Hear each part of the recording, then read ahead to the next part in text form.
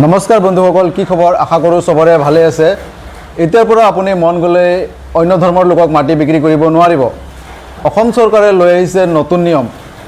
Cabinet বৈঠকত এই নতুন নিয়ম অনা হৈছে। দিছপুৰত যি কেবিনেট বৈঠক হৈ গৈছিলে এই কেইদিন আগতে, তাতে এই নীতি নিয়মবিলাক অসম চৰকাৰৰ দ্বাৰা ইমপ্লিমেণ্ট কৰা হৈছে। কি এই নীতি নিয়ম মই আজি আপোনালোকক ক'ম। যদি আপুনি এজন বেলেগ ধৰ্মৰ মানুহ আৰু অন্য এটা ধৰ্মৰ মানুহক মাটি বিক্ৰী কৰিব বিচাৰে, তেতিয়াহ'লে আপোনালোকে এইকেইটা নিয়মৰ ওপৰতে সেই মাটি বিক্ৰী বা কিনিব পাৰিব। প্ৰথমতে কৰিব লাগিব কি, ক্ৰয় আৰু বিক্ৰয়ৰ ক্ষেত্ৰত প্ৰথমতে আপোনালোকে চাৰ্কুল অফিচত এখন আবেদন কৰিব লাগিব। চাৰ্কুল অফিচাৰক সেই আবেদন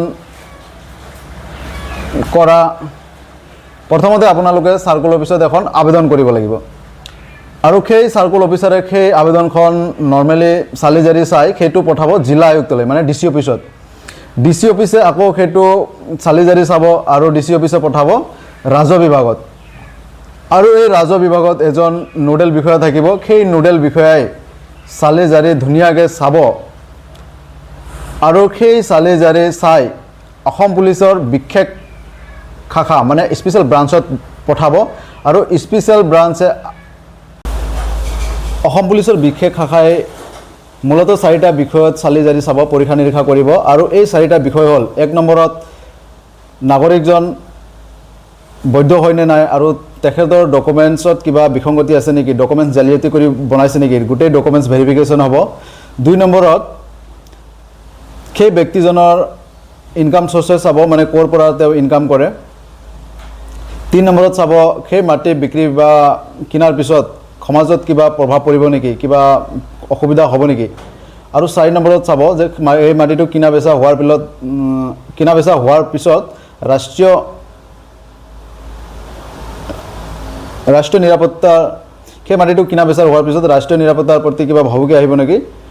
এইকেইটাৰ ওপৰত স্পেচিয়েল ব্ৰাঞ্চে চালি জাৰি চাব আৰু এখন প্ৰতিবেদন দাখিল কৰিব ডিচি অফিচত।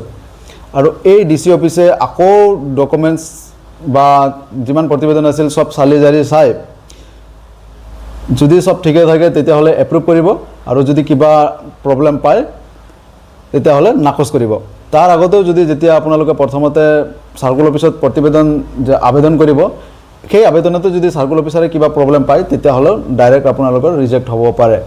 বা যিকোনো মই যোনকেইটা পৰ্যায় কৰোঁ, 3টা নে 4টা পৰ্যায়, সেই 4টা পৰ্যায়ত যিকোনো পৰ্যায়ত যদি বিসংগতি থাকে তেতিয়াহ'লে আপোনালোকৰ এপ্লিকেশ্যন ৰিজেক্ট হৈ যাব পাৰে মাটি কিনা বেচাৰ ক্ষেত্ৰত। তো এইটোৱে আছিল বিশেষ 2 ধৰ্মাৱলম্বীৰ মাটি কিনা বেচাৰ ক্ষেত্ৰত যি নীতি নিয়ম, সেইটো এই ভিডিঅ'টোৰ যোগেদি যদি আপোনালোকে কিবা শিকিব পাৰিছে, কিবা জানিব পাৰিছে, তেতিয়াহ'লে লাইক শ্বেয়াৰ নিশ্চয় কৰিব। ধন্যবাদ।